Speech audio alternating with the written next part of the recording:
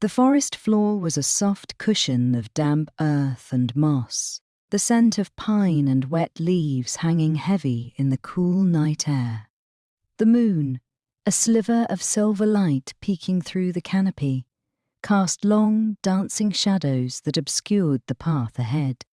For Lena, a young wolf with a strength that belied her gentle demeanour, this was her sanctuary. It was also the place where her life existed in a whispered, beautiful lie. It was where she met Silas, the alpha of the Crestwood pack, a man whose presence was as commanding as the mountain they called home. Their meetings were always clandestine, their bond a fiercely guarded secret known only to their wolves. They would meet at the heart of the forest, near the ancient silver birch where the pack's ancestors were said to rest. Lena would arrive first, her senses on high alert, her heart pounding in her chest with a mixture of excitement and gnawing anxiety. The air would shift, a subtle change in the pressure, and then she would feel him the sheer, unadulterated power of his alpha presence, a force of nature that drew her in with an irresistible pull. Silas, in his wolf form, was a magnificent creature, a dark grey male with fur that held a hint of silver under the moonlight, his eyes the colour of a winter storm. He was larger than any other male in the pack, a true alpha in every sense of the word. When he shifted back, his human form was just as formidable. He was tall and broad-shouldered, with hair as black as a raven's wing, and eyes that held the same tempestuous grey. But when he looked at Lena, a light would flicker in those eyes, a warmth that was reserved for her alone. He would pull her into his arms, the scent of pine, rain, and his unique musk, a potent, intoxicating mix that erased all her doubts for a fleeting moment. He would tell her that their connection was a secret for her safety. He was the alpha, a target for rivals both within and outside their pack. He had enemies who would use any perceived weakness against him, and a public bond with an unmated female would make her a vulnerability, a pawn in a larger, more dangerous game. He had a duty to his pack, a responsibility to choose a Luna who would strengthen their political alliances, someone with the right lineage, the right connections. He spoke of a Luna from a neighbouring pack, a powerful female whose union with him would secure their borders and ensure peace for a generation. Lena, though she ached to be by his side in the open, to be his declared Luna, believed him. She trusted his judgment, his protective instincts, and the profound, silent vows they shared under the moon. She clung to the moments they had, to the stolen glances and the hushed conversations, convincing herself that their love, though hidden, was enough. But a secret bond, no matter how passionate, could not fill the void left by the truth. As weeks turned into months, the strain of their hidden relationship began to wear on Lena. She watched from the periphery as Silas held council meetings, as he greeted the pack with a confident, alpha smile, as he stood beside the appointed Luna-to-be, the proud and elegant Lyra, a beautiful female with a prowl, lineage as flawless as her poise. The pack whispered about their future union, and with each passing day, the lie grew heavier, a crushing weight on Lena's soul. She was an outsider, a ghost in her own life, defined only by a love that could never be seen. Her best friend, Heir, a perceptive healer in the pack, would watch her with knowing eyes, her silence a compassionate acknowledgement of Lena's quiet suffering. One cool autumn night, as Lena waited for Silas by their silver birch, A wave of nausea washed over her, an unfamiliar sensation that had been plaguing her for days. Her wolf was restless, a mix of elation and unease thrumming through her veins. It was a feeling she couldn't ignore, a powerful shift in her body's rhythm that her nurse's training, though she was a wolf, told her to pay attention to. She ran her hand over her abdomen, a flutter of something new and foreign making her heart leap into her throat. Her senses, now preternaturally sharp, picked up on a new scent, a subtle but distinct scent of life, of two hearts beating where there should have been only one.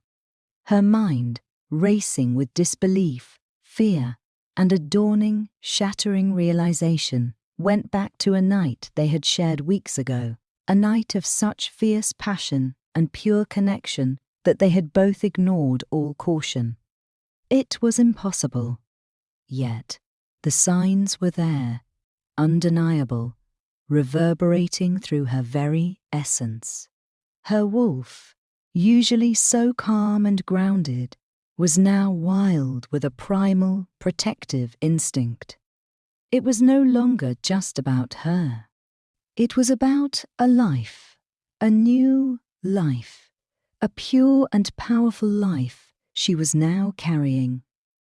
The scent of her pup, so faint yet so profoundly real, was a beacon in the darkness, a promise of a future she hadn't dared to imagine. She was pregnant, with Silas's child, the Alpha's child, the heir to the Crestwood pack. The knowledge hit her like a physical blow, a seismic shift that tore through the very foundation of her world. The lie she had lived, the secret she had kept, was no longer sustainable. It had become a living, breathing reality. When Silas finally arrived, his wolf form moving through the trees with a silent grace, he found Lena standing under the silver birch, her body radiating an energy he had never felt from her before. It was a potent mix of defiance, fury, and a fierce, unyielding protectiveness that made his own wolf take notice. He shifted back to his human form, his brow furrowed with confusion and concern. "Lena, what's wrong? I can feel your agitation from a mile away." Lena didn't run into his arms as she usually did. She stood her ground, her arms wrapped around her midsection, her eyes fixed on his with a new, terrifying resolve. The look in her eyes was not one of a submissive mate, but of a mother wolf, ready to fight. "You said no one could know," she began, her voice low, trembling with an emotion so powerful it felt like a force of nature. "You said our bond had to stay hidden. You said you would choose another for Luna. I believed you, Silas. I trusted you with my heart, with my life, and I believed that your love for me was enough to survive in the shadows." She took a step closer, her voice gaining strength, each word a hammer blow against the walls of his secrecy. "But I can't stay hidden any longer, Silas. Not now. Not when I'm carrying your heir." The silence that followed was deafening, broken only by the rustle of leaves and the frantic beat of their hearts. Silas's face, usually so composed, went pale. His eyes, the colour of a winter storm, widened with a mixture of shock, disbelief, and a profound, bone-deep fear that was so raw, so one-alpha, that it took Lena's breath away. He took a step back, as if the gravity of her words was a physical force pushing him away. "Pregnant? No, that's impossible," he stammered, his voice uncharacteristically unsteady. We were careful." "Were we?" Lena challenged, a bitter laugh escaping her lips? Or was the bond between our wolves so strong, so destined, that it defied all caution? The fates don't care about your political alliances, Silas. They chose us. They chose our child. Our son or daughter is a living, breathing testament to that choice. I'm carrying your heir. I'm not just your secret anymore. The truth was out. The lie was shattered. The ground they stood on, once the foundation of their clandestine world, was now a crater of their own making. Silas, the powerful alpha, was now just a man, grappling with a reality that threatened to unravel his entire world, his legacy, and his carefully constructed plans. The confrontation that followed was a storm of raw emotion. Silas, in his shock, initially tried to dismiss her fears, to cling to the fragile hope that they could still maintain the secret, that they could find a way to navigate this without exposing her to danger. But Lena was no longer the quiet wolf who would bow to his will. She was a mother, guided by an instinct so ancient and powerful that it trumped all pack law, all alpha authority. She laid bare the injustice of his choices, the pain of being his hidden mate, the unbearable fear she now felt for her child. What kind of father is a secret, Silas? What kind of Luna is the mother of your heir, but a ghost in her own pack?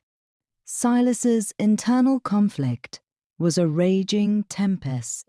His wolf, a powerful protective force, roared with a primal possessiveness for Lena and the child she carried. But his human mind, burdened with the immense weight of his responsibilities as alpha, saw only the immense danger, the political fallout, the threats that would now be aimed directly at the heart of his family. He knew their enemies would see this as a weakness, a golden opportunity to seize power. Lyra's pack, a fierce and proud group, would be utterly insulted, their alliance shattered. A rival alpha, the ruthless and cunning Jackson, a wolf from a neighbouring territory who had long sought to annex the Crestwood pack, would see this as a sign of weakness, a clear violation of a traditional mating arrangement, and a perfect pretext for a war. Silas was torn between two powerful, opposing instincts, the alpha's duty and the mate's profound love. The moment Silas walked back into the main pack house, he felt the shift in the air. The pack was accustomed to his commanding presence, but tonight there was a subtle, almost imperceptible tremor in his energy, a restless tension that the more sensitive wolves immediately picked up on. The news, he knew, would spread like wildfire. He had to be the one to tell them, to control the narrative, to face the consequences of his actions with the strength of a true leader. He called a council meeting with the elders and his betas. The room was heavy with the weight of expectation. Lyra, proud and regal, stood beside her father, Alpha Taran, their expressions a mixture of curiosity and subtle condescension. When Silas spoke, his voice was not the booming command of an alpha, but a low, serious tone that demanded their full attention. He revealed his bond with Lena, his true mate, and the shocking revelation that she was carrying his heir. The reaction was immediate and explosive. Alpha Taran, Lyra's father, erupted in a furious roar, his wolf threatening to take over. "You promised me, Silas. You promised my daughter would be your Luna. This is an insult, a grave dishonor to my pack." Lyra's face, a mask of perfect composure, shattered into a mask of pure, unadulterated fury and humiliation. The elders, their faces etched with a deep disappointment, murmured amongst themselves. This was unprecedented, a direct violation of tradition and a political catastrophe. Amidst the chaos, only his beater, the loyal and stoic Rorik, remained calm, his expression one of quiet, unwavering support. He had always known there was more to the Alpha's frequent disappearances, more to the scent of pine and wild earth that clung to him on those nights. He looked at Silas with a silent, understanding nod. The political fallout was swift and brutal. Alpha Terran, outraged by the betrayal, severed all ties with the Crestwood pack, withdrawing his warriors from their shared border patrol and cancelling all trade agreements. The pack, now vulnerable on its eastern flank, was a prime target. And the news, reaching the ears of Alpha Jackson, was a golden invitation. He sent a messenger to the Crestwood pack with a single, clear message: "Your Alpha is weak. A true leader does not hide his mate and his heir. Surrender your borders or face the consequences." Lena, now living in a state of suspended reality, was brought to a secluded part of the main pack house, guarded by a select few wolves loyal to Silas. Her existence, once a secret, was now a source of intense controversy and open hostility. The pack was deeply divided. The traditionalists, a powerful faction led by the eldest council members, saw her as an illegitimate mother, an interloper who had defied pack law and brought a curse upon them. The younger generation, however, who had grown tired of the old traditions and the political manoeuvring, saw her as a true mate, a symbol of a purer, more honest bond. Lyra, consumed by a cold, quiet rage, became Lena's most immediate and dangerous threat. Lyra was no longer just the jilted bride. She was a woman whose honour and future had been publicly humiliated. She and her faction, composed of some of the pack's most respected and powerful families, now actively worked to undermine Silas's authority, arguing that his actions proved him unfit to lead. Her contempt for Lena was palpable, a venomous glare that followed her every move. She and her father spread rumours that Lena had used a dark form of magic to manipulate Silas, to bind him against his will, a baseless lie that preyed on the pack's fears and superstitions. One evening, as Lena was walking through the main hall, Lyra approached her, her face a mask of elegant disdain, but her eyes burning with hatred. "You think you've won, little wolf?" Lyra hissed, her voice low and menacing. "You may have him now, but you will never be our Luna. This pack will never accept you, and when they finally see you for what you are, a curse who brought us to the brink of war, you and your little secret will be cast out." She looked down at Lena's still flat abdomen, a cruel, cold smile playing on her lips. "That pup of yours won't even live to see its first moon." The threat was clear, the hatred so pure and chilling, but it took Lena's breath away. She felt her wolf surge, a protective roar rumbling deep in her chest. For the first time, she stood her ground, her voice steady and full of a new, fierce courage. "I am carrying this pack's future, Lyra. My wolf chose Silas, and his chose me. Your anger, your jealousy, is your own curse. It has no power over me, or over my son or daughter." She met Lyra's venomous gaze with a strength that surprised them both. "I will not be a secret anymore, and I will not hide. Not from you. not from anyone. The confrontation, witnessed by several passing wolves, solidified the divide within the pack.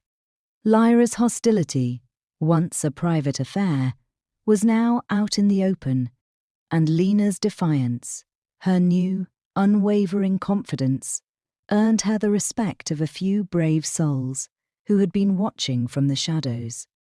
Silas, sensing the escalating tensions, knew he had to act. He could no longer afford to simply react to the political fallout. He had to reclaim his authority, not through brute force, but through a display of wisdom, honesty, and an unwavering commitment to his pack. He called for a pack-wide meeting, a public forum where he would address all the rumours, all the accusations, and lay out his plan for their future. The great hall was packed, the air thick with anticipation and a nervous energy that hummed through the crowd. Silas stood on the central dais, his beta, Rorik, a rock of silent support by his side. He began to speak, his voice resonating with an honest conviction that commanded attention. He did not make excuses for his actions, he owned them. He admitted that his fear for Lena's safety and his misguided belief in the necessity of political alliances had led him to make choices that brought them to this precipice. He explained his deep bond with Lena, the true, fated bond between their wolves that had led to the most beautiful, most unexpected outcome, a child, an heir, a symbol of their pack's future. I stand here today not as a weak leader who was manipulated, Silas declared, his voice powerful and unwavering, but as a man who chose to protect his mate in the only way he knew how. I was wrong to hide our bond, to believe that a political marriage could ever be a substitute for the true destined union between two wolves. But now, I stand here with my mate, Lena, and with our unborn child, and I will not run. And I will not hide. I am your Alpha, and Lena is your Luna. We will face the threats from Alpha Jackson together, and we will not be defined by our past mistakes, but by the strength of our unity, our honesty. Future. He gestured for Lena to join him on the dais. She walked forward, her head held high, her body radiating a quiet, serene confidence that commanded attention. She was no longer just his secret. She was the mother of his heir, and she was home. She stood beside him, her hand finding his, her touch a silent show of support and unwavering commitment. The image of the two of them, a true, united front, seemed to quiet the crowd, a powerful symbol of their unbreakable bond. The public declaration, however, did not erase all the threats. Lyra, her face a mask of furious disbelief, stormed out of the hall, her faction following close behind. The traditionalist elders, though shaken, were still not fully convinced, and the threat from Alpha Jackson remained, a sharp, cold knife at their backs. Lena's life became a strange, beautiful, new reality. Her hidden world, once defined by clandestine meetings, was now a very public, very complicated existence. Her wolf, relieved to finally be out in the open, purred with a constant, contented energy that permeated her every move. She moved into the Alpha's suite, her personal belongings, once confined to a small, private room, now spread throughout the vast, elegant space. She spent her days with the pack's healers, learning more about her unique pregnancy, the profound energy of her pup, and the incredible, almost spiritual connection between their wolves. She found an unlikely ally in a young, quiet female named Lyra, a healer's apprentice, who saw in Lena a strength and authenticity that she admired. Lyra, fiercely loyal and highly observant, became her confidant and a quiet, watchful guardian. But Lena was not content to simply be a passive Luna, waiting for the threats to pass. She had an unshakable instinct that their survival depended on more than just military strength. She and Silas began to work together, their minds and instincts a perfect, symbiotic match. Silas, the strategist and a formidable warrior, focused on preparing the pack for the inevitable conflict with Jackson. Lena, with her innate ability to connect with others, began to bridge the divides within the pack. She started meeting with the female elders, engaging them in honest conversations about their fears and reservations, sharing her story not as a justification but as a plea for understanding. She offered a new perspective, a modern view of the fated mate bond that transcended old traditions.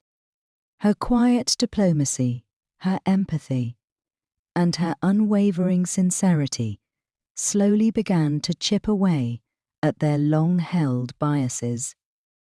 "We cannot fight a war divided," Lena told Silas one night, as they sat in his study, poring over maps of their borders. "Jackson's greatest weapon is not his army, but our internal strife. We have to unite the pack, Silas. We have to show them that our bond, once a source of division, is now our greatest strength."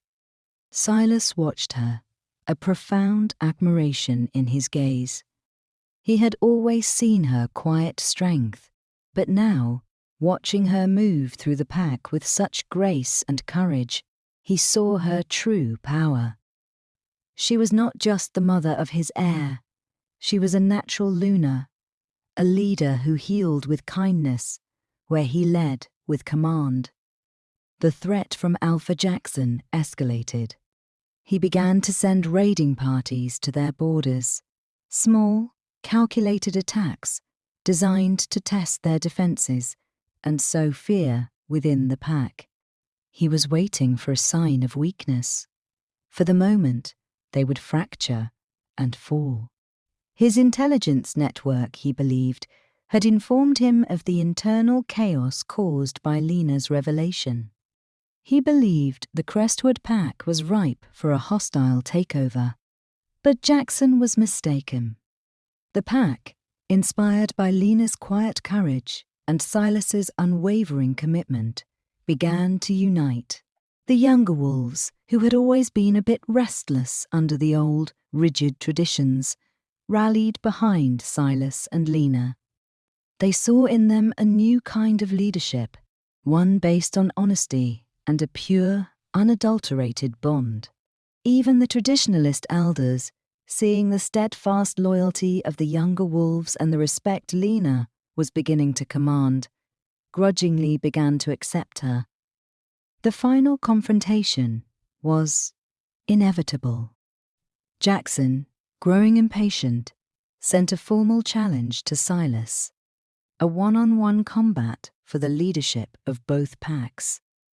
A trial by combat, a bloody, ancient tradition that was rarely invoked, and one that Silas could not refuse without showing a profound weakness. The location was the great valley that separated their territories, a neutral ground, a stage for a bloody, decisive battle. Lena's heart hammered against her ribs when she heard the news. Silas was a formidable fighter, but Jackson was known for his ruthless cunning and his willingness to fight dirty.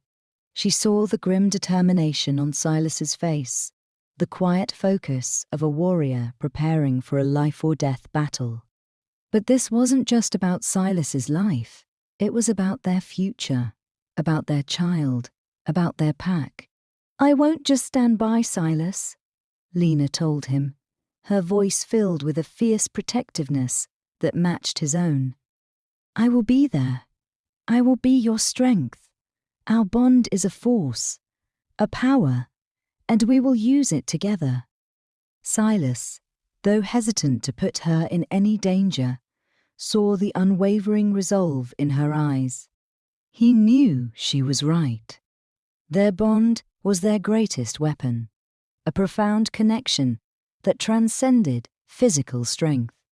On the day of the battle, the valley was filled with the tense energy of two opposing packs, their wolves on high alert, their eyes fixed on the two alphas who stood in the center, a sea of silent, powerful witnesses. Jackson, a large, dark wolf with scarred fur and a cold, cruel glint in his eyes, stood on one side, his pack radiating a tense, predatory energy. Silas, a magnificent, powerful figure, stood on the other, his own pack watching with a mixture of fear, hope, and unwavering loyalty. Lena stood on the edge of the crowd, her wolf thrumming with a primal, protective fear that was a physical ache in her chest. She watched as Silas and Jackson shifted, the air crackling with a raw, unadulterated power. They circled each other, a slow, methodical dance of power and intimidation. Jackson, with a swift, predatory lunge, went for the kill, his powerful jaws aimed at Silas's throat. Silas, though a skilled warrior, was caught off guard by his speed and ferocity. Jackson landed a deep gash on his flank, his victory howl echoing through the valley. A wave of fear and dread rippled through the Crestwood pack, a collective gasp of disbelief. Silas, wounded, stumbled, but his eyes never left Jackson. That was when Lena acted. She had spent weeks studying the movements of their wolves, the subtle shifts in their pack's energy. She was a healer's apprentice in her own right, with a deep, intuitive understanding of the interconnectedness of their pack's energy. She sent a silent, powerful plea through their mate bond, a surge of pure, unadulterated strength, of love, of hope, aimed directly at Silas's core. "I'm with you, Silas. We are with you. Feel our strength," she projected, her voice a silent roar in his mind. Silas, his body weary and wounded, felt the surge of power, a profound, soul-deep replenishment of his strength, of his will. He felt Lena's presence, not just in his mind, but in his very bones. Her love, his pack's hope, became a raw, burning energy, a potent force that ignited every muscle, every nerve. He let out a powerful, bone-shaking alpha roar that reverberated through the valley, a declaration of his renewed power. Jackson, momentarily startled by the sudden shift in his opponent's energy, faltered. It was all the opening Silas needed. He lunged, a swift, powerful counterattack that was both a physical and a spiritual blow. He was not just fighting for his life, but for the future of his pack, for his mate, for his unborn heir. The fight was brutal and short. Silas, fueled by Lena's strength, fought with a ferocity and a purpose that Jackson, a wolf who fought only for power, could not comprehend. He cornered Jackson, his powerful jaws a breath away from his throat, a silent, chilling promise of death. He was the victor, but he was also the alpha of the Crestwood pack, a leader who believed in a new way. He did not deliver the killing blow. He released Jackson, but with a warning, his eyes blazing with a cold, unwavering fury. "You have lost, Jackson. Your pack is mine. I will not kill you, but you will live in shame." a testament to what happens when greed and cruel leadership. Jackson, defeated and humbled, bowed his head in submission. His pack, seeing their alpha broken and defeated, followed suit, their collective spirit crushed. The Crestwood pack, a wave of triumphant relief washing over them, erupted in a powerful, unified howl of victory. Their alpha, their true alpha, had won.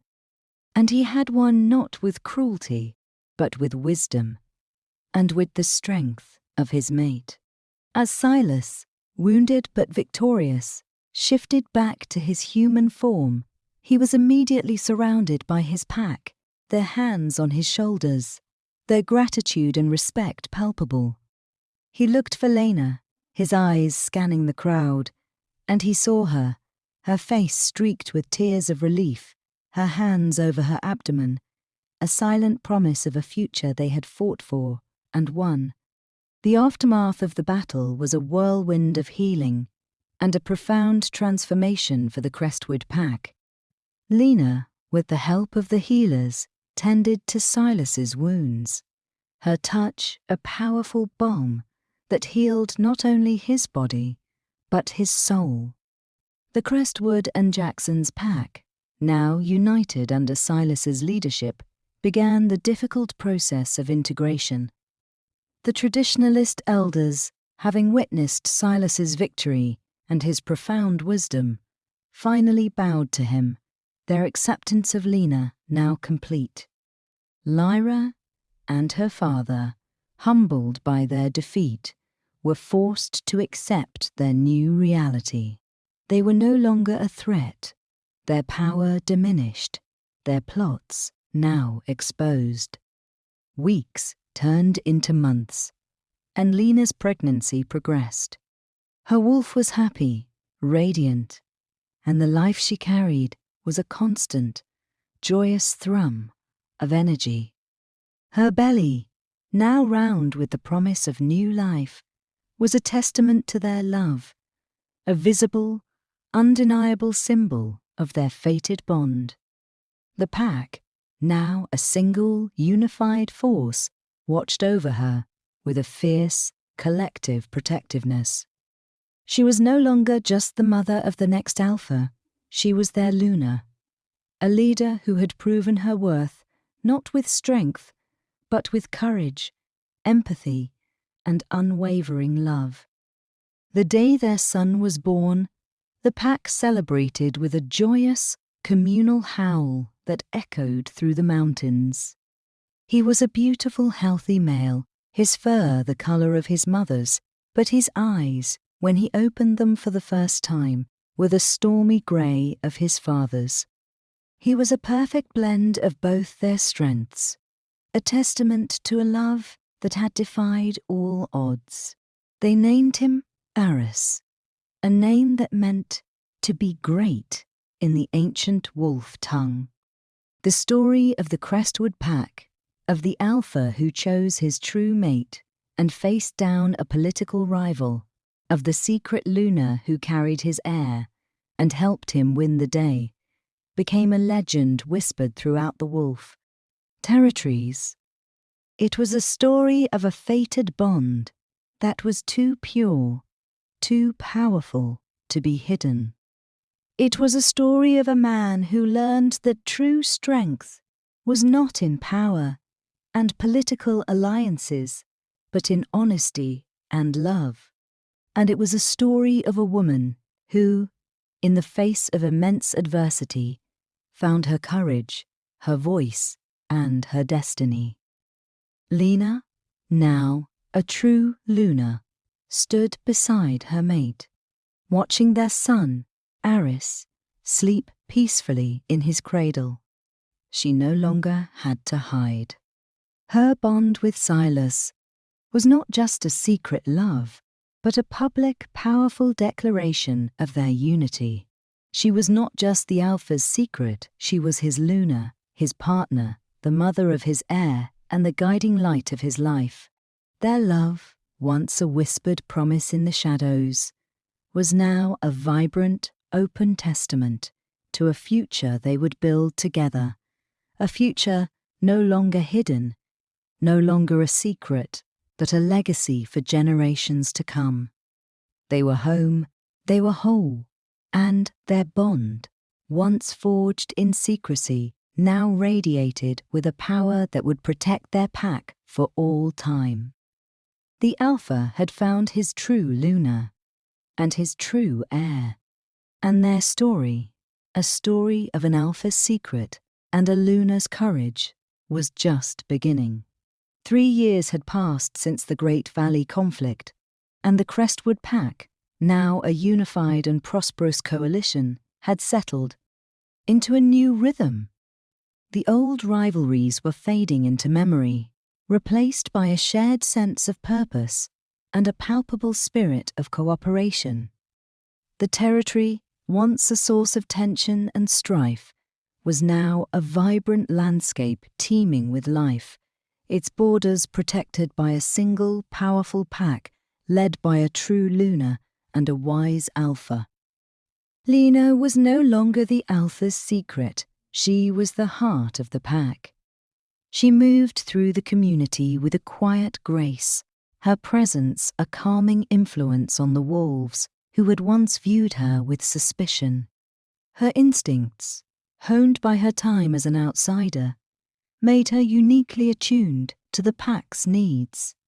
She spent her days with the healers, sharing her knowledge and her intuitive understanding of the wolf bond, and her evenings with the council, her voice a respected and powerful force for diplomacy and compassion. Silas, in turn, had grown into a leader of immense respect. His victory over Jackson was not defined by the bloodshed he could have caused, but by the mercy and wisdom he had shown. He had transformed the Crestwood pack's leadership model, making transparency and communication a cornerstone of his rule. He was still the formidable Alpha, powerful and commanding, but his strength was now tempered with a profound humility and a deep, abiding love for his mate and their son. Their son, Aris, was a constant, joyous presence in the pack.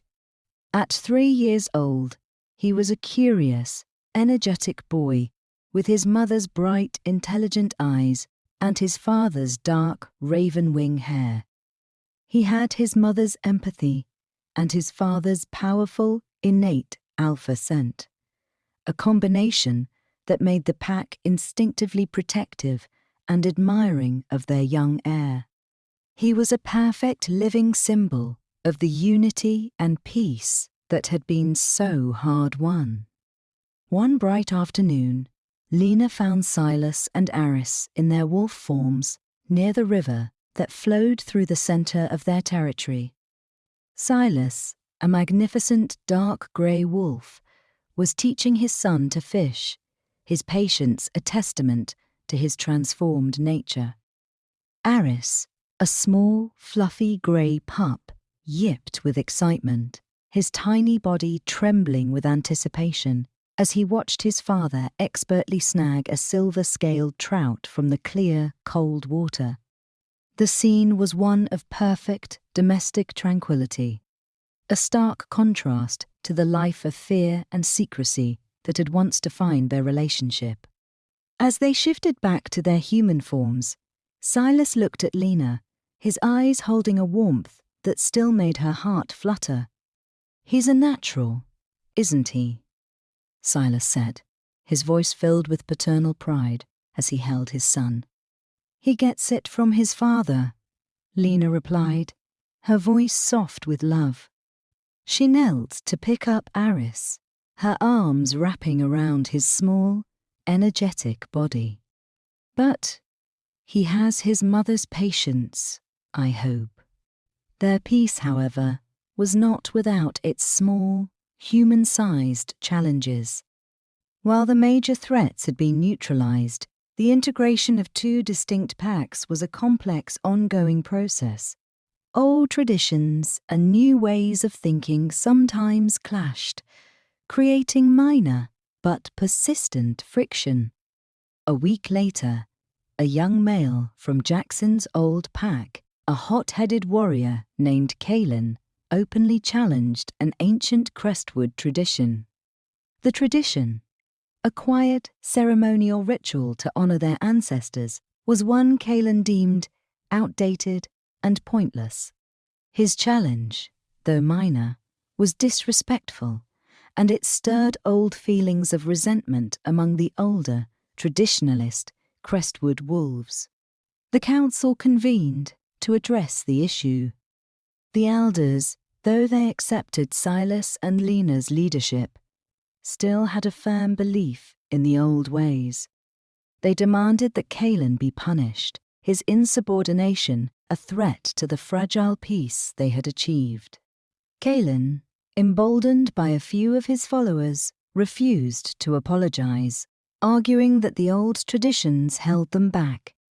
The tension was palpable, a low hum of discontent that threatened to fracture their unity. Silas felt the familiar urge to exert his alpha authority, to put Kalen in his place with a simple, commanding order. But he looked at Lena, her expression thoughtful and calm, and he knew there was another way. This was not a problem to be solved with force, but with wisdom and diplomacy. Lena spoke first, her voice clear and measured.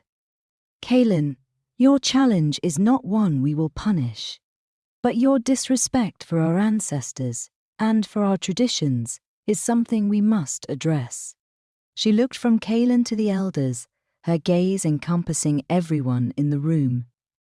We are a new pack, a unified pack, and that means we must find a way to honor all of our ancestors and all of our traditions, not just the ones that are familiar to us. Silas then stepped forward, his presence as powerful as a physical force. The Crestwood pack has always honored our past, he said, his voice resonating with authority. But Lena is right. We must also honor our future. Kalen, you have a voice and a right to your opinion. But you must learn to express it with respect for those who came before us. My ancestors and yours may have been enemies in the past, but they are united in death, and we will be united in life. His words, combined with Lena's call for mutual respect, had a profound effect. Silas declared that from that day forward, the Crestwood pack would hold a new, more inclusive ceremony that would honor the ancestors of both packs, a ritual that would symbolize their unity and their shared future. Kalen, surprised by the wisdom and fairness of their response, bowed his head in respectful acceptance. He had come prepared for a fight, but he had been met with a new form of leadership, one based on understanding and integration. The new ceremony was beautiful, a blend of ancient Crestwood traditions and Jackson's pack's rituals. The pack stood together, a single, unified community, honoring their past and embracing their future. As Lena stood beside Silas, watching their pack, her heart swelled with a profound gratitude. She was no longer a secret. She was a Luna who had found her voice, a partner who had helped a powerful alpha transform his legacy, and a mother to a son who would grow up in a world where true love and honest leadership were the most powerful forces of all. As they walked back to their home that night, Aris sleeping soundly in Silas's arms, the moon, now full and luminous, cast its brilliant light on their path. The forest floor, once a place of stolen moments and hidden pain, was now a sanctuary for their family. Lena reached for Silas's hand, her fingers intertwining with his. Their journey had been long and arduous, filled with secrets and immense challenges, but it had led them to this: a life of profound love, unwavering unity, and a future brighter than they had ever dared to dream. The Alpha's secret was a secret no more. She was his Luna, and she was home. The years that followed were a testament to the peace they had so fiercely fought for. The Crestwood pack, a united and formidable force, thrived under the combined leadership of Alpha Silas and Luna Lena. Their son, Aris, now a bright-eyed, curious boy of 6, was a constant source of joy, his boundless energy and easy laughter filling the halls of the pack house. He was a perfect blend of both his parents, possessing Silas's unwavering confidence and Lena's profound empathy. The pack adored him, their fierce protectiveness a constant, silent presence that surrounded their young heir. Lena's days were a fulfilling mix of nurturing her family and guiding her pack. She had established a new council of female elders, a group that worked in partnership with Silas's male beaters, ensuring every voice was heard and every member of the pack felt valued. She was a natural healer, her hands a comforting presence during illnesses, and her words a balm for emotional wounds. She taught the young wolves not just about pack history, but about empathy, about the strength in compassion, and about finding peace in a world often defined by conflict. Silas, in turn, was a leader of profound wisdom, his decisions guided not by brute force, but by an unwavering commitment to justice and unity. The scars of his past, both physical and emotional, had faded, replaced by the quiet strength of a man who had faced his demons and emerged victorious. One crisp autumn morning, a tense, frantic howl ripped through the serene forest, a sound they had not heard in years. It was not the challenge of a rival alpha, but a cry of fear and confusion. The warriors who patrolled the northern border, a dense, uncharted part of their territory, had found something strange. Silas and a small group of seasoned warriors immediately shifted and raced to the site, Lena close behind. The air was thick with the scent of their own pack's tension, but beneath it was a strange, acrid smell they couldn't identify. They found a lone wolf, a young male from a distant, unknown pack, lying wounded and disoriented on the forest floor. He was weak, and his leg was bleeding from a severe, unnatural wound. But what truly horrified them was the small, silver object embedded in his shoulder, a tiny metallic disc with a faint, blinking red light. It was a piece of human technology, a tracking device. The discovery sent a chilling wave of fear through the pack. Wolves had always existed in the shadows of the human world, a secret society that occasionally interacted with humans, but never with a sustained, hostile presence.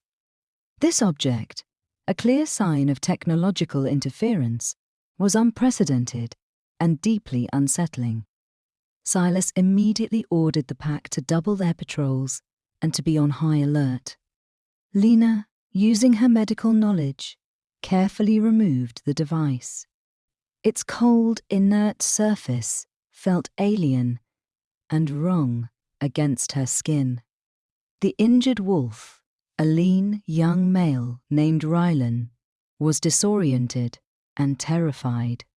He spoke of a group of humans he called them the hunters who had captured several of his packmates. They did not use guns or traditional weapons, but something far more sinister: high-tech traps, nets that emitted a paralyzing frequency, and tranquilizer darts that could take down even the largest of wolves. "They are looking for something. For someone," Ryland stammered. his body trembling as he recounted his harrowing escape. They spoke of a unique signature, an alpha signature. They said it was a once-in-a-generation scent, something they'd never seen before. The words struck Silas and Lena with the force of a physical blow. A unique alpha signature. They knew instantly what it meant. The pure, powerful blend of their true mate sense, combined with the pure-blooded nature of their fated bond, had created a singular scent profile in their son. Aris, their innocent, laughing boy, was their target. He was a specimen, a prize to be hunted and captured. The realization sent a primal, protective fury through Silas, a rage that was cold and terrifying in its intensity. He would burn the entire forest down if it meant keeping his son safe. But this was not a battle that could be won with brute force. This was a new, insidious kind of war. Lena, however, found a strange, terrifying familiarity in the stories Rylan was telling. The descriptions of the hunters' technology, their detached cruelty, their meticulous pursuit of their prey, reminded her of documentaries she had seen in her prey-wolf life, of the cold, unfeeling nature of a corporate world driven by profit and power. Her time as an outsider, once a source of her insecurity, was now a potential weapon. Silas, we need to think like humans, she urged, her voice filled with a desperate urgency. This isn't about territory or honor. It's a hunt. They think of us as animals, to be studied, to be captured. They won't come at us with a roar and a challenge. They'll come with a plan, with technology, with a detached clinical efficiency that we're not used to. We need to fight them on their terms, not just our own. Silas listened, his mind racing. Lena's words made a terrifying kind of sense. He ordered his warriors to scour the borders, not just for enemy wolves, but for any sign of human encampments, any discarded technology, any scent that didn't belong. Lena, with the help of the healers, began to research human tracking devices, trying to understand their frequency and their range. It was a maddeningly slow process, their human world knowledge limited, but it was their only chance. The hunters, however, were getting closer. A few days later, a patrol found a small, sleek drone with a high-resolution camera, its lens pointed directly at the main pack house. It was a clear, unambiguous signal. They had found their target. They knew where Aris lived. The hunters were no longer in the shadows. They were watching them. The pack went into lockdown. The children were confined to the pack house, their movements restricted. A constant, low-level hum of anxiety replacing the easy peace they had known for years. Aris, sensing the change in his parents and the pack, grew quiet and withdrawn, his innocent joy replaced by a deep, unsettling confusion. The tension reached a breaking point one evening when the power to the main pack house suddenly went out. The generators, old but reliable, had been tampered with. It was a small, calculated act of sabotage, a message from the hunters. They were here. They were inside their territory. Silas's wolf raged, a desperate need to find and kill the intruders. But Lena, her mind racing, pulled him back. No, Silas, that's what they want. They want you to go out there, to run into their traps, to be separated from your pack. They know your alpha instincts. We have to be smarter. She looked at him, her eyes burning with a fierce resolve. They're testing us, Silas. They want to see how we react. We can't play their game. We have to change the rules. Together, they formulated a plan that was as much a psychological one as it was a military one. They would not respond with aggression. They would instead use their knowledge of the human psyche against them. They would make the hunters believe they had the upper hand, that they were winning while secretly preparing their defense. Lena, using her intuition and the unique bond of their pack, began to create a new kind of sensory camouflage. She instructed the pack to change their patrols, to move in a way that would confuse the hunters' sophisticated tracking technology. They would shift their pack sense, using herbs and other natural elements to create a false trail, the ghost presence in the forest that would lead the hunters on a wild goose chase. Silas, a master strategist, deployed his best warriors not to fight, but to observe, to learn the hunters' patterns, to find their weaknesses. The waiting was excruciating. Every quiet moment was filled with a nervous tension, the air thick with unspoken fear. Aris, a sensitive child, felt it more than anyone. He would cling to Lena, his small body, a source of both immense love and terrifying vulnerability.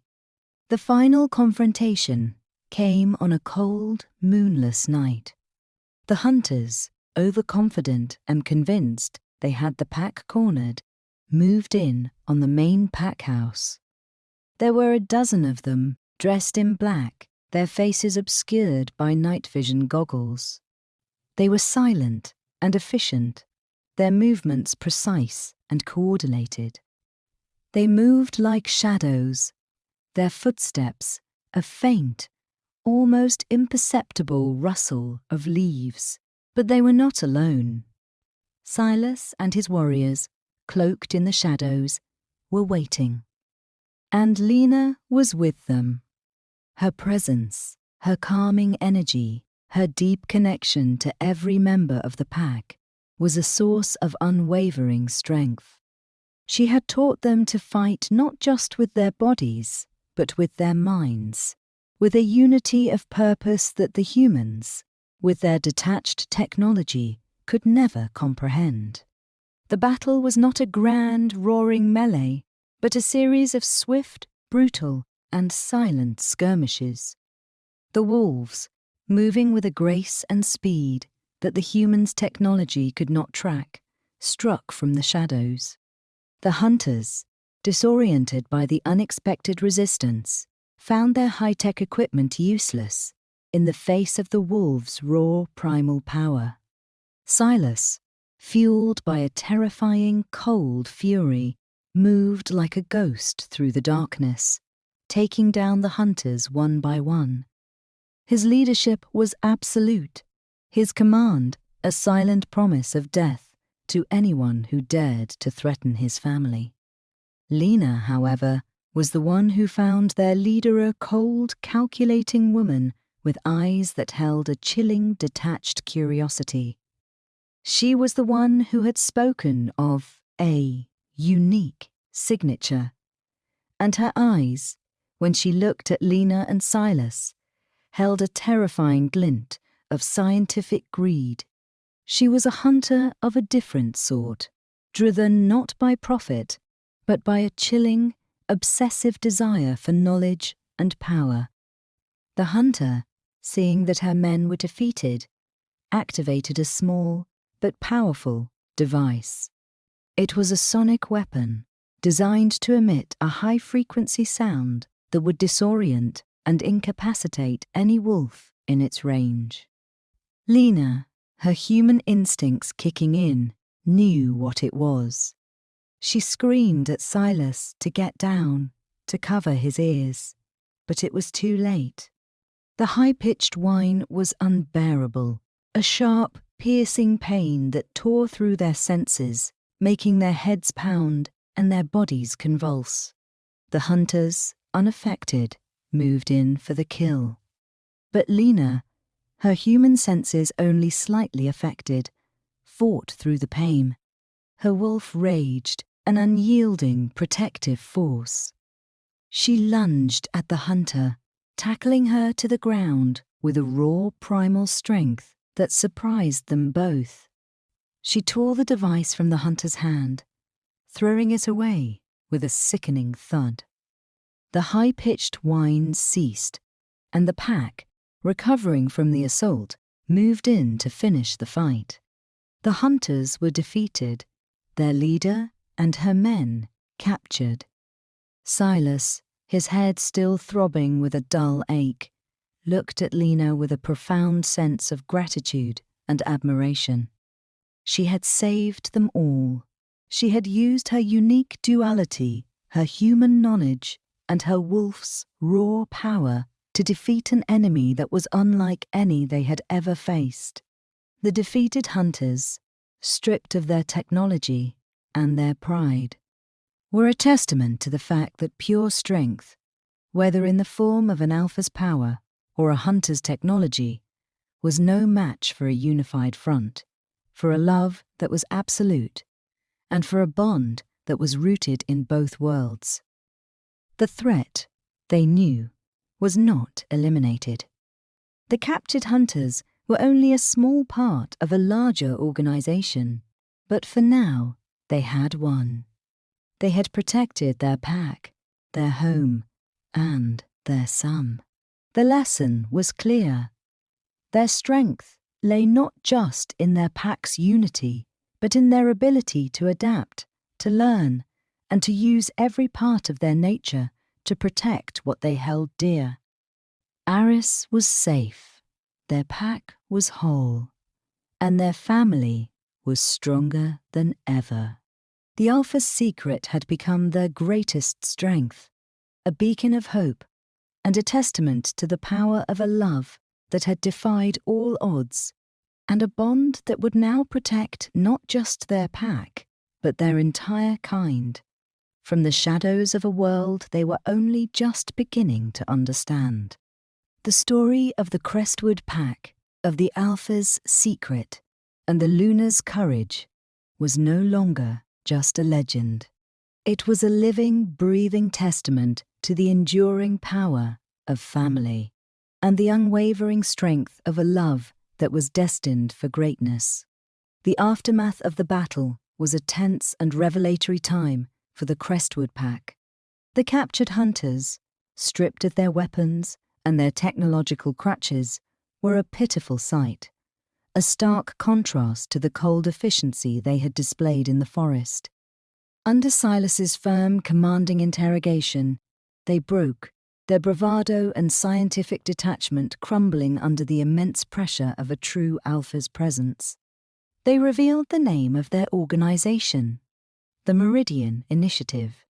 It was not a rogue band of hunters, as Silas and Lena had initially suspected, but a well-funded global consortium. Its members were a mix of disillusioned scientists, former military operatives, and wealthy collectors, all driven by a singular, dangerous obsession to capture and study powerful supernatural creatures, particularly werewolves. Their goal was to unlock the secrets of their unique biology, to harness their strength and regenerative abilities for human gain, and to control the very essence of what made a wolf. They spoke of a network of labs hidden in plain sight, of tracking technology that could pinpoint a supernatural signature from miles away, and of a horrifying specimen registry that catalogued their prizes. Aris, with his incredibly powerful and unique genetic signature, was at the very top of that registry. The revelation sent a wave of profound terror through the Crestwood pack.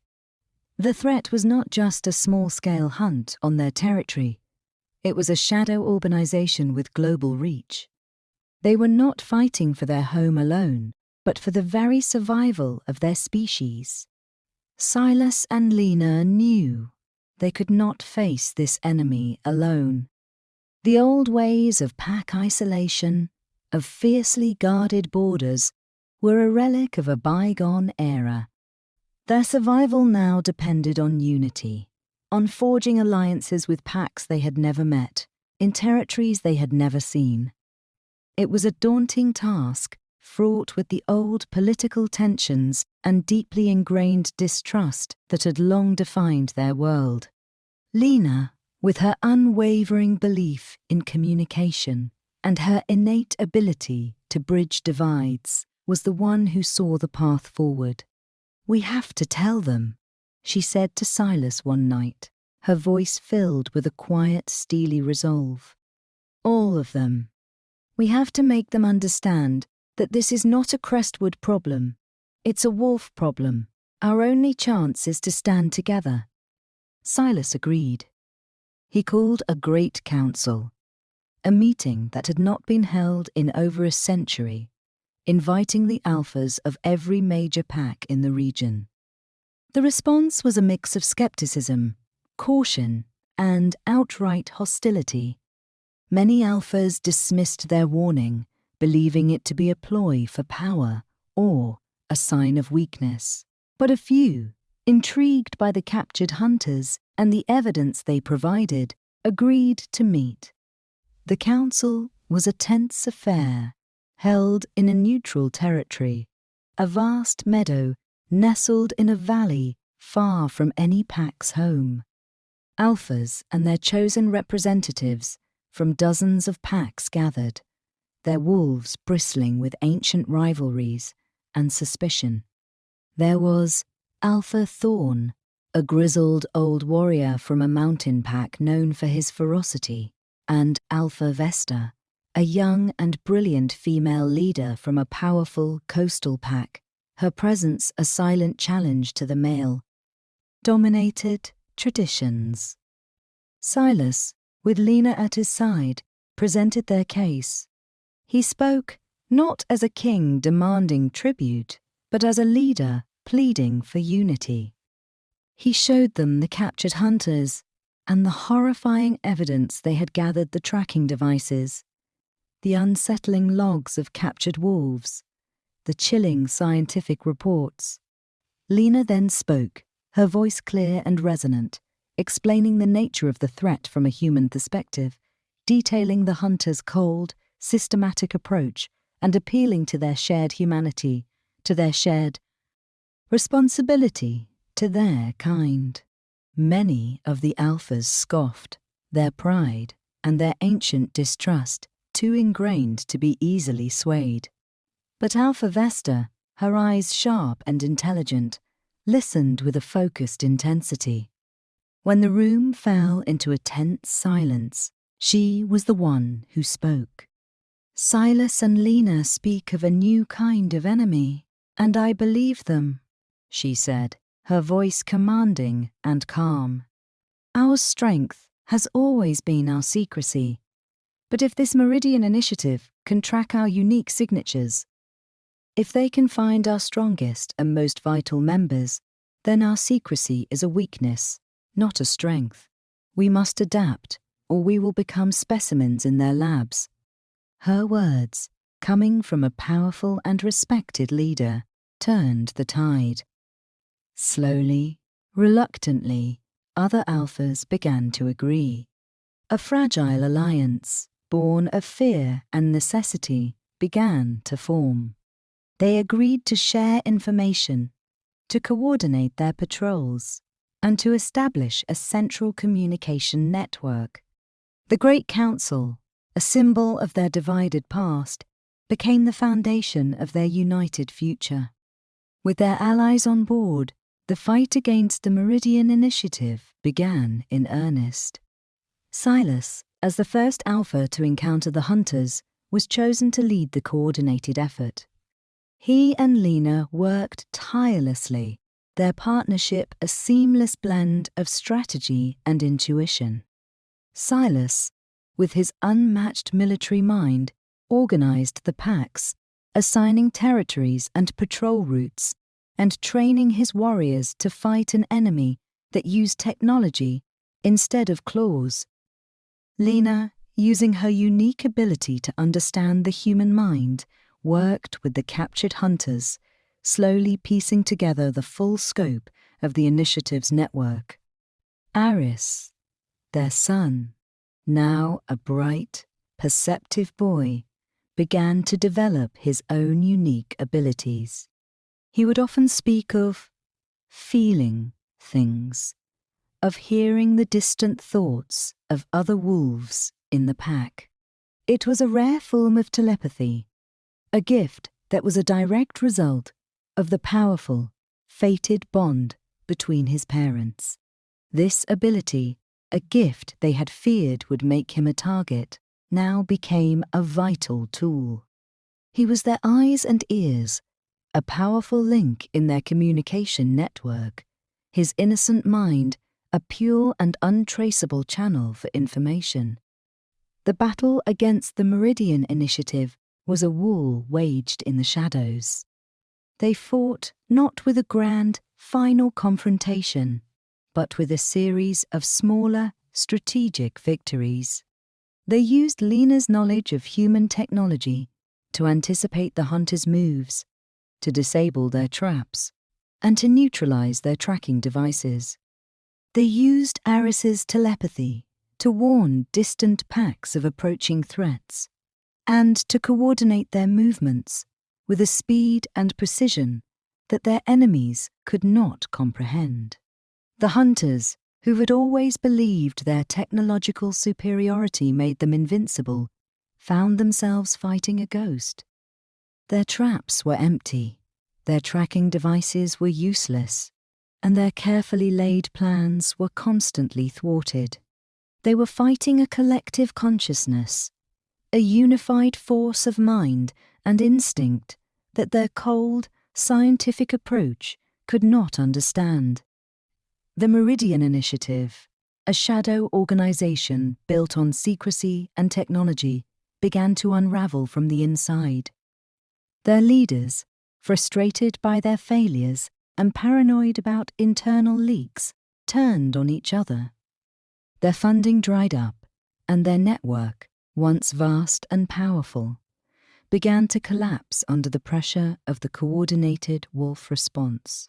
The final confrontation was with the leader of the initiative, a brilliant but arrogant scientist named Dr. Vance, a man who had spent his life convinced that werewolves were simply specimens to be studied, and who refused to accept his defeat. He set a final, devastating trap, a powerful sonic weapon that was capable of incapacitating an entire pack. But Aris, using his gift, felt the wave of impending destruction before it happened. He sent a telepathic warning to his parents, a desperate cry for them to get to safety. Silas and Lena, their hearts pounding with a terrifying mix of fear and a fierce paternal love, raced to the site. They found Dr. Vance, his face a mask of cold fury, preparing to unleash his weapon. But they were not alone. Alpha Vesta, who had been working with a team of her own warriors, was there with them, her sharp mind having pieced together the final clues from the captured hunters. The three leaders, a powerful display of unity, faced down the enemy. Dr. Vance, however, was not intimidated. He sneered at their unity. "You think your bond can defeat my science? Your primitive instincts are no match for my technology." But he was wrong. Silas, with his immense physical strength, and Vesta, with her razor-sharp reflexes, dismantled his weapon. Lena, her eyes burning with a righteous fury, faced Dr. Vance herself. "Your science is a form of control, not understanding," she said, her voice filled with a quiet power. "And you have no control here. We are not your specimens. We are your end." The final battle was short and decisive. Dr. Vance and his remaining team were defeated, their twisted experiments and their vile plans brought to a permanent end. The Meridian Initiative, its leaders captured and its network exposed, was finally and utterly destroyed. The Great Council, once a symbol of their division, now became a celebration of their unity. The packs, now allies and friends, feasted together, their howls of joy and victory echoing through the mountains. Silas was hailed not just as the alpha of the Crestwood pack, but as the leader who had saved them all. Lena was revered as the Luna who had used her compassion and her intelligence to forge a new path for her people. And Aris, a young boy with a powerful gift and an innocent heart, was the perfect symbol of their new, united world. The story of the Crestwood pack, of the secret Luna, and the alpha who chose her, was a testament to the power of a love that had not only defied all odds, but had also changed the course of history for their entire kind. Their journey was not just a story of a fated bond, but a story of a legacy built on honesty, unity, and an unwavering commitment to a future where their kind would no longer live in fear, but in peace. The defeat of Dr. Vance was a powerful, symbolic victory, but Silas and Lena knew it was only a single battle in a much larger war. The Meridian Initiative was a vast, sprawling network, its tendrils reaching into every corner of the human world. They had dismantled one lab, but others undoubtedly existed, their research a chilling threat to every supernatural being on the planet. For the next 10 years, the Great Council, now formally known as the United Packs, dedicated itself to a singular purpose: dismantling the Meridian Initiative from the inside out. Their intelligence network, guided by Lena's keen understanding of human psychology and Aris's incredible telepathic abilities, grew with each passing year. They infiltrated the initiative's network, identifying key members, exposing their illicit funding sources, and sabotaging their research. It was a silent war, fought in the shadows of corporate boardrooms and in the digital ether, a war that required a blend of ancient instincts and modern strategy. Aris, now a strong, confident teenager with the powerful build of his father and the gentle, knowing eyes of his mother, had become their most vital asset. He could not only communicate telepathically with every wolf in their expanding alliance, but he had also developed an uncanny ability to sense the emotional currents of humans, their greed, their fear, their ambition. He was able to pinpoint the Meridian Initiative's leaders not by their location, but by the cold, obsessive nature of their hearts. Silas and Lena, no longer just leaders of a single pack, had become revered mentors for their entire species. They were a beacon of unity, a living testament to the fact that a fractured past did not have to define a collective future. They taught the young wolves of the United Packs not just how to hunt and fight, but how to lead with empathy, how to build bridges with words rather than break them with force, and how to honor their past while forging a new, unified identity. The final confrontation came on a night of a new moon, a fitting darkness for a final battle. The United Pack's intelligence had revealed the location of the Meridian Initiative's central headquarters, a heavily fortified facility hidden beneath a seemingly innocuous biotech company in a sprawling, metropolitan city. The initiative's leader, a brilliant and elusive puppet master known only as the Architect, was finally within their grasp. The United Packs launched a coordinated, multi-front assault. It was not a physical invasion, but a strategic siege. Lena, with a small team of infiltrators, used her knowledge of human systems to hack into the facility's security and communication networks. Silas, with a strike team of their most formidable warriors, entered through a series of underground tunnels that Aris had located telepathically. They moved through the sterile antiseptic halls, their senses reeling from the smell of chemicals and the quiet hum of advanced technology, a stark contrast to the natural world of their home. But the architect, who had anticipated their move, was ready. He had no army, no high-tech weapons. Instead, he had set a final, devastating trap, a device that would unleash a virus designed to attack the specific genetic markers of the wolf, a plague that would wipe out their entire species in a matter of days. He believed that even if they captured him, the virus would be released, ensuring his twisted legacy. The confrontation in the central lab was brief and intense. The architect, a gaunt, brilliant man with cold, lifeless eyes, sneered at their presence.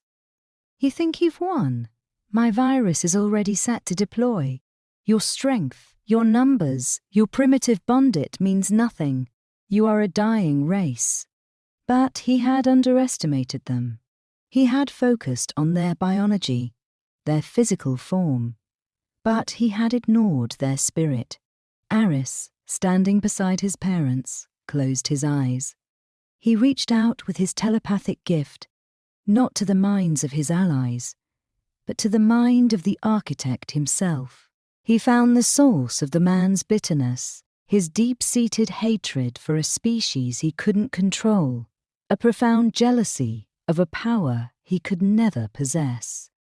Aris projected into his mind, not with a threat, but with an image of pure, unadulterated truth, a vision of his loving family, of a unified community, of a life rich with purpose and connection. The architect, a man who had spent his entire life in isolation and scientific detachment, was overwhelmed by the raw emotional power of the wolf's bond. The vision of a family, of a love so profound it transcended worlds, broke through his cold exterior. His hand, reaching for the activation button, trembled. In that moment of hesitation, Silas and Lena acted. They disabled the device, its blinking red light finally going dark. The virus, the ultimate symbol of the architect's cruelty and his failed quest for control, was neutralized. The Meridian Initiative, a global network built on lies and hatred, was finally and utterly defeated. The captured leader, his spirit broken, provided the codes and locations for every remaining lab. The United Pax, with the help of a few brave human allies, exposed the entire conspiracy to the world. The human news cycle, once focused on mundane affairs, was rocked by the existence of werewolves and the chilling reality of a secret organization that had been hunting them for decades. The truth, finally, was out. Years later, the world was a different place. Humans and wolves, their existence now a matter of public knowledge, had entered a new era of cautious but hopeful coexistence. The United Pax, no longer fighting a hidden war, had become ambassadors for their kind, a bridge between two worlds that had once been separated by fear and ignorance.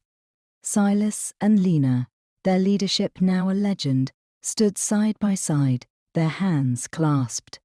Aris, a young alpha in his own right, had taken on a more active role in the council, his calm wisdom and powerful gifts a testament to the new era they had helped to create. Their story, which began with a secret love and a desperate lie, had become a powerful testament to the transformative power of truth and unity.